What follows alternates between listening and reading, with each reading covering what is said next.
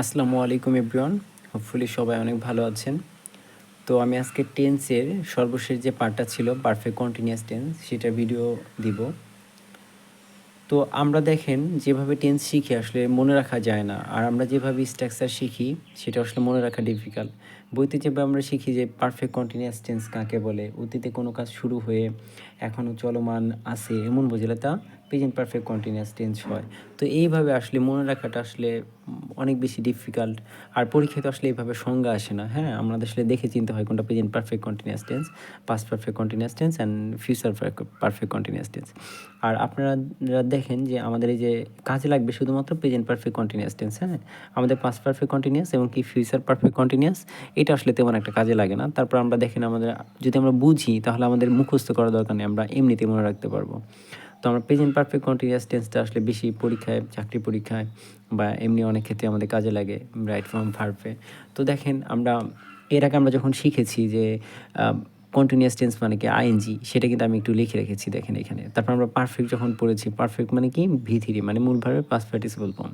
তো আমরা যখন পারফেক্ট কন্টিনিউয়াস টেন্স পড়তেছি দেখেন আমরা নাম দেখেই বুঝতে পারবো। আমরা জানি পারফেক্ট মানে ভি3, কন্টিনিউয়াস মানে আইএনজি। তাহলে আমরা যখন পারফেক্ট কন্টিনিউয়াস টেন্স পড়বো সেখানে আমাদের কী থাকবে? অবশ্যই ভি3 এবং ভার্বের সাথে আইএনজি এই দুইটা থাকতে হবে। তো দেখেন আমরা যেহেতু আগে থেকেই জানি তাহলে কিন্তু আমার এখানে মুখস্থ করার কোনো দরকার নাই।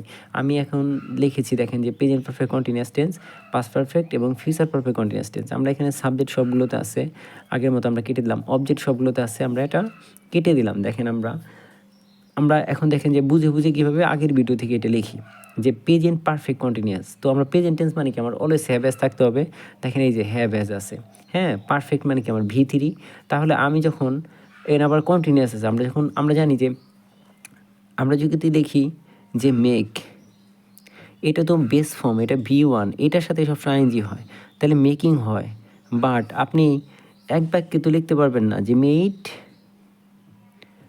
মেকিং, এরকম তো আসলে হয় না। তো আপনার যখন এখানে দেখেন আমাদের পারফেক্ট মানে ভি3 দিতে হবে।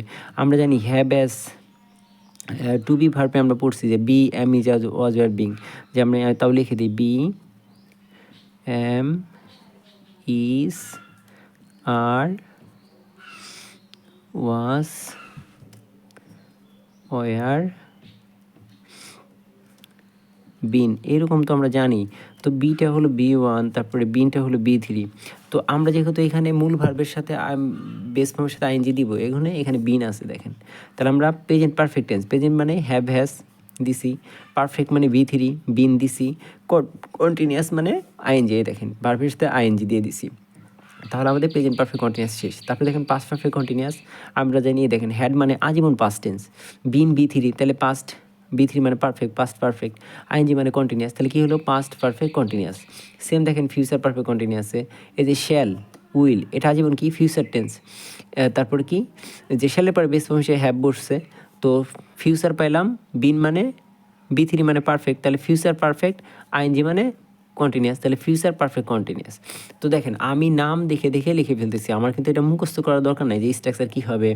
যদি কেউ জিজ্ঞেস করে future perfect continuous tense structure বলো তো, তো আমরা কী করি subject plus shall have been বা উইল হ্যাভ বিন প্লাস মূল ভবিষ্যৎ আইএনজি প্লাস সাবজেক্ট, এইভাবে মনে রাখি। তো এইটা আসলে তো অনেক ডিফিকাল্ট, আপনি যখন 12টা মনে বলতে যাবেন তখন আপনার ভুল হওয়ার পসিবিলিটি থাকবে। তো আমরা দেখেন নাম দেখে দেখে মানে লিখতে পারবো যে কোথায় কী বসবে।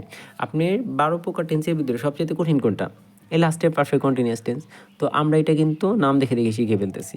তো আমরা দুইটা উদাহরণ লিখেছি দেখেন যে I have been reading this book since morning, মানে আমি সকাল থেকে এই বইটি পড়ছি।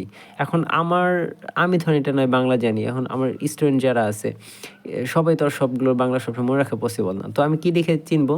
দেখেন এখানে হ্যাভ আছে, হ্যাভ মানে প্রেজেন্ট টেন্স, বিন মানে বি3 তাহলে প্রেজেন্ট পারফেক্ট, আইএনজি মানে কন্টিনিউয়াস, তাহলে প্রেজেন্ট পারফেক্ট কন্টিনিউয়াস টেন্স।